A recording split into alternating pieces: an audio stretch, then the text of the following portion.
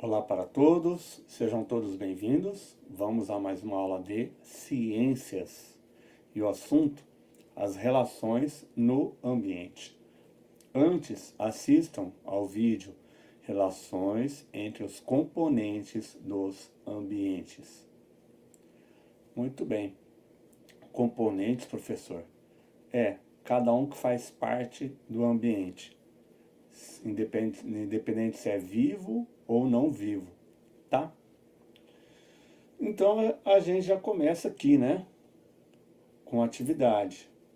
Observe o ambiente em que você está e responda. Quer dizer, você aí, na tua casa. Se você está no teu quarto, na sala ou algum outro lugar, olhe em volta para responder essa questão. E a pergunta é: há seres vivos e componentes naturais nesse ambiente? Então, seres vivos é fácil, né? Ó, escreva um exemplo de cada um. Há seres vivos? Aí sim ou não. Sim, dois pontos. Coloca qual ser vivo. Tá? E aí, componente natural. Sim, componente natural é aquilo que tem na natureza, mas não tem vida. Exemplo: ar, água, terra, areia, pedra, metais. Deu para entender? Muito bem. Então você vai colocar um ser vivo e falar qual. E um que não é vivo, tá? Assim, componentes naturais, né? Tá. Que já está na natureza. Então não confundam com componentes construídos, que é o próximo aqui, tá? Há componentes construídos? Escreva um exemplo. Então, são construídos, são coisas que não existiam na natureza, mas que algum ser vivo construiu, né? Tanto o homem quanto o animal e por aí vai. Então, no caso, um passarinho fez o ninho. Isso é um componente construído. A aranha fez a teia de aranha. A formiga fez o formigueiro. E objetos também, não é só morada, tá? Então, onde você está, olha em volta. Tem um mundaréu de coisa que não tem na natureza, mas que alguém construiu. Uma pessoa, uma fábrica e por aí vai. Não é? Aí eu coloco o exemplo aqui, fácil, né?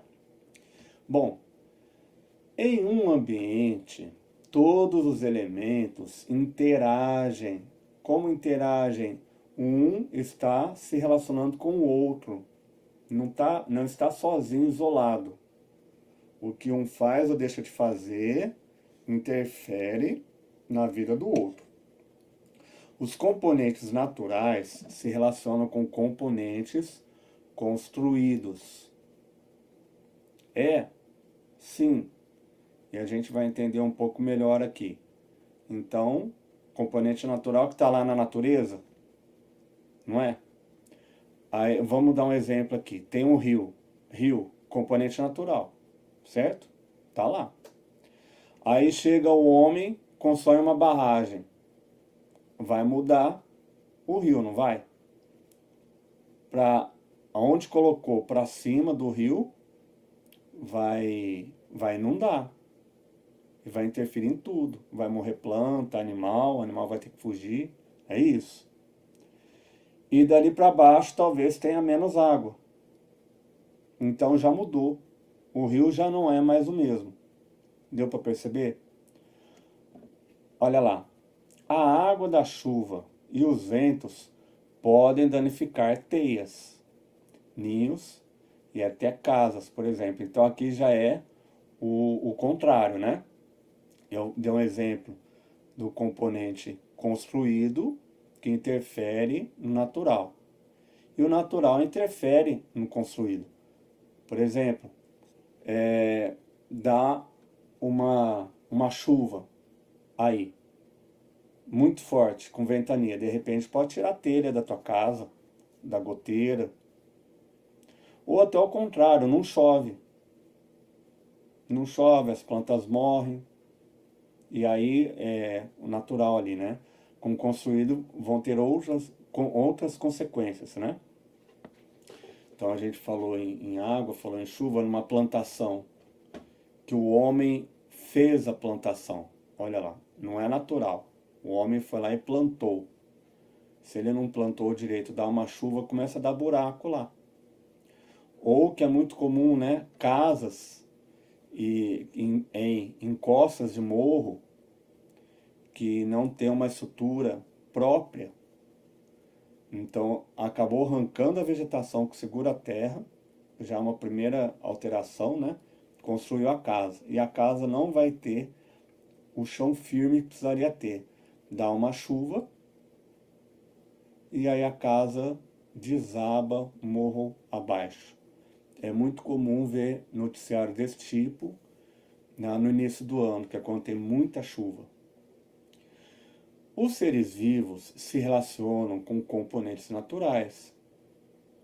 Sim, componente natural. Água. Então, por exemplo, planta e animal tem que beber água, não é? É um exemplo, já relacionou. As plantas precisam da luz do sol, da água e do gás carbônico para produzir seu alimento. Então, é importante ter água, é importante ter sol, na medida, né? Tem planta que se der muita água, vai atrapalhar ela. Ou se tiver muito sol. Isso é comum, né? Quando você compra um vaso para ter em casa. Aí tem que ver qual o melhor lugar que fica, se é dentro da casa, fora da casa, onde não bate muito sol. Aí o termo que o pessoal costuma falar, né? Ah, a planta não gostou daqui, porque ela começa a morrer. Ou ela fica bem, ah, ela gostou daqui, né? Muito bem. Então tem planta que ela precisa de lugar com muita água, tem planta que não é com muita água, exemplo, cactus. Cactus é para um lugar com pouca água. Se eu colocar muita água lá para ele, vai prejudicar, ele pode até morrer. As minhocas cavam buracos no solo e o deixam fofo e arejado. Quer dizer, elas cavam, elas alteram o solo. Aí qual que é a outra consequência disso? O solo estando fofo e podendo entrar ar nele, facilita as raízes das plantas penetrarem no solo, certo? Então é por isso que muitas vezes precisa afofar a terra para poder plantar. As minhocas já fazem isso naturalmente. Então, tem minhoca, vai proporcionar, facilitar a existência de plantas.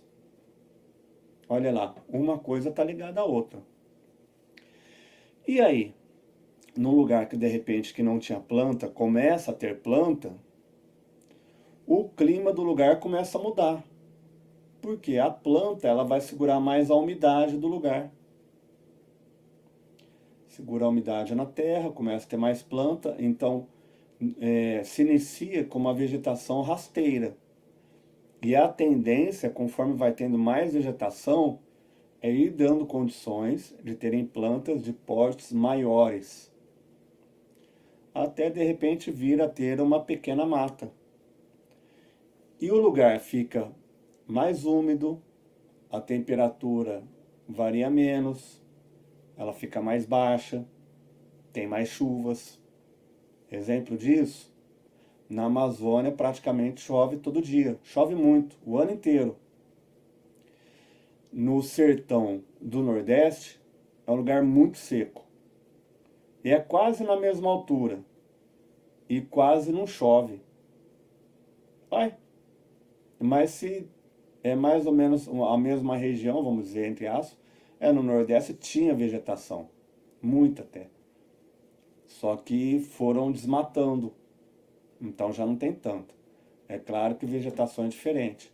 E na cidade isso daí acontece. Então, quando começa a desmatar muito, e o desmatamento é para poder fazer cidade, estrada, plantações, né? pasto para os animais, você tirou a vegetação. Tirou a vegetação, já não se segura tanto a umidade lá no lugar. E a tendência é que comece a ficar cada vez mais seco. Então, isso pode vir a promover um processo de desertificação. Ou seja, um lugar que antes era floresta, pode vir a ser um deserto, tá? Então tá lá, plantas que crescem em locais rochosos modificam o solo e permitem que novas plantas se instalem. Município de Iramutã, Roraima, em 2015. Olha, nem toda planta precisa penetrar a raiz em algum lugar. Tem planta que consegue se fixar por cima. Tanto que tem até planta que ela fica junto de um tronco de árvore. E a raiz em volta. Algumas até a raiz penetra no tronco da árvore e puxa a seiva da árvore. Rouba, né? Então seria uma planta parasita no caso, tá? Então vamos lá. 2. Ligue a planta jovem, à planta adulta. Use o caminho que passa apenas pelos componentes. Momento. Agora eu arrumei. Componentes naturais do ambiente que se relacionam com a planta. Então olha lá, ó. A planta tá aqui pequenininha. Para ela crescer, o que tem que acontecer? Por onde vai começar o caminho? Aqui já até deu a dica, né? Sol. E depois de sol, o que precisa? É chuva? Ou isso aqui deve ser semente, né? Entendeu? Ah, chuva. E depois da chuva, o que precisa? Precisa de solo, terra, precisa de vaso. Como que vai ser esse caminho aí, hein? Tá bom? Muito bem. E quem for fazer no caderno vai precisar escrever, né? Sol, chuva, tá? Muito bem. Um pouquinho difícil, um pouco difícil essa, porque é um pouco confuso. Então, maçã, frango, sol, pá, cerca. O que precisa seguir o caminho aí para ela crescer? Tá bom? Olha lá, ó. Componentes naturais. Então, se não for natural, não pode passar. Deu para entender? Tá? Então, por exemplo, cerca é natural? Não. Então tá fora. Qual componente natural não aparece no labirinto e que as plantas precisam para sobreviver? O que precisa para sobreviver? Além de luz e água. E terra também. Não está aqui. Nossa, professor, não sei, hein? Volta a aula um pouco, que está escrito, tá? É uma palavra pequenininha. Dica, hein? Com 2 letras. 2 letras. Que maravilha, hein? Vamos melhorar aqui, ó. Qual componente natural não aparece no labirinto e que as plantas precisam para sobreviver? Então aqui apareceu a luz, apareceu a água, apareceu terra e tem um que não está aqui. Tem 2 letras só. É o... Qual que é a palavra com 2 vezes? Nossa, professor, não sei. Volta na lição que lá em cima está falando, tá? É uma coisa que tem tem em volta da gente, mas a gente não vê. E dica boa, hein? Bom, os seres vivos se relacionam com componentes construídos. Diversos animais fazem construções como ninhos ou buracos para se abrigar. Há também animais que se aproveitam de construções feitas por outros. Olha lá, a cutia. A cutia usa tocas abandonadas de tatu canastra para se abrigar. E o comprimento, 50 centímetros. 50 centímetros é mais ou menos, é menos, né, que a largura de uma porta, tá bom? Então, você pegar uma régua de sala de aula, 30 centímetros. É quase uma régua e meia. Ou um pouco menos de uma porta. Uma porta pequena, a largura normalmente 70 centímetros. Que normalmente é usado para banheiro. Aí é 50. Então pega uma régua, põe lá na largura da porta e você vai ver. Da largura até na régua. Mais ou menos quanto que dá. Muito bem, hora da leitura. Antes e depois, de Anne Margot Einstein e Matias Aregui, editora WMF Martins Fontes. Então, a indicação do livro, que tem esse nome aqui. São esses os escritores, né? E a editora aqui, que vai falar sobre esse assunto dos componentes se relacionando, né? Os seres vivos, uns com os outros e por aí vai. Tá? Bom, espero que tenham gostado da aula. Lembre-se sempre de mandar uma mensagem antes de mandar a aula, com a data da aula e a disciplina.